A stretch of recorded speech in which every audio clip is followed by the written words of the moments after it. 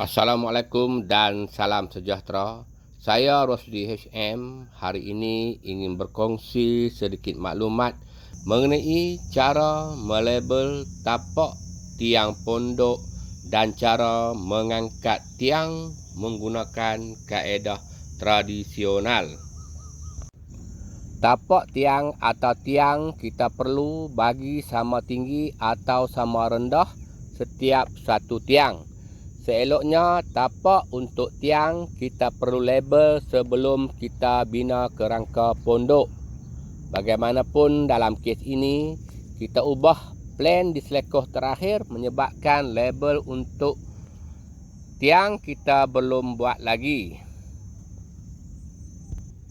Untuk membuat label tapak tiang, beberapa perkara perlu kita lakukan seperti berikut.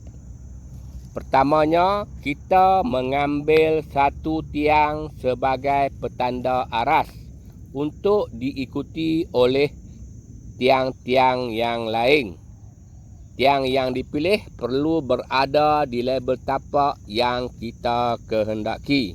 Kita perlu ukur dan tanda setiap tiang. Contohnya, tiang ini dipilih. Kita ukur dari atas dan kita pilih 8 kaki sebagai tanda. Tiang-tiang yang lain juga perlu ditanda pada jarak 8 kaki dari atas. Contohnya, semua tiang-tiang pondok ini ditanda pada jarak 8 kaki dari atas. Kedua, kita perlu tanda di pacang kayu yang telah diletakkan di tepi tiang-tiang. Tanda adalah mengikut ukuran tiang yang telah dipilih sebagai penanda aras. Tanda boleh dibuat melalui kaedah timbang air menggunakan paip air kecil. Kita boleh beli paip air kecil ini di kedai hardware, dijual dengan harga lebih kurang 2% sekaki. Kita perlu isi air sehingga penuh dan tiada gelembung-gelembung udara di dalam paip air ini. Seterusnya, kita lakukan timbang air bagi setiap tiang. Ini kita lakukan dengan meletak satu hujung paip air di tempat tanda tiang penanda aras dan satu lagi hujung paip air diletak di tiang lain. Contohnya kita tengok dalam video ini. Satu hujung paip kita letak di tiang penanda aras. Kita letak di tanda tiang penanda aras. Kita nampak label air. Kita nampak label air, kita letak label air ni bersamaan dengan tanda yang kita buat.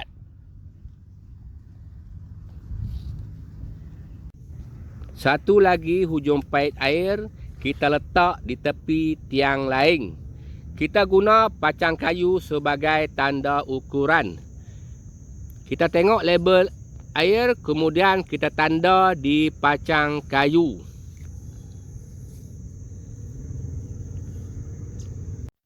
Ketiga, kita perlu tengok tanda di tiang dan tanda di pacang. Adakah ia sama?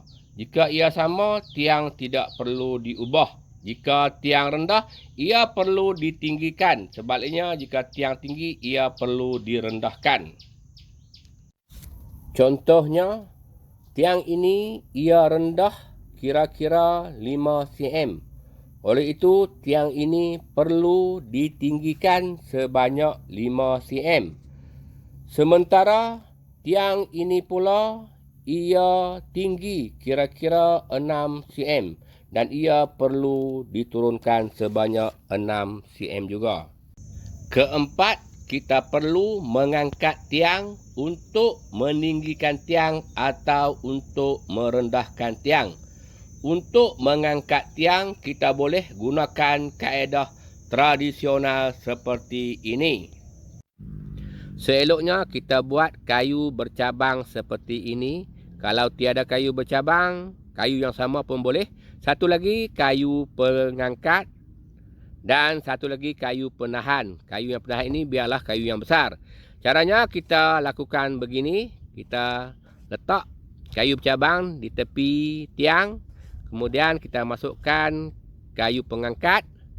Seterusnya kita tekan di bahagian hujung kayu pengangkat ini seperti ini.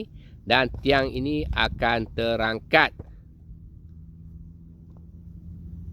Jika kita lakukan seorang diri, kita boleh gunakan kayu yang berat sebagai beban.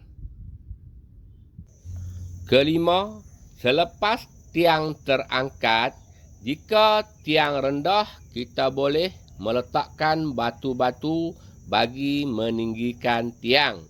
Sebaliknya, jika tiang tinggi, kita boleh mengorek tanah untuk merendahkan tiang. Contohnya, tiang ini rendah. Oleh itu, kita letakkan batu-batu di bawah tiang. Akhir sekali, kita boleh konkrit atau simenkan semua tiang-tiang agar ia kukuh.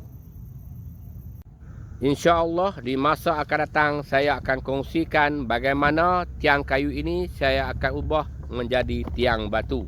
Sekian dulu untuk kali ini. Bertemu lagi kita di masa akan datang. Saya Rosli HM.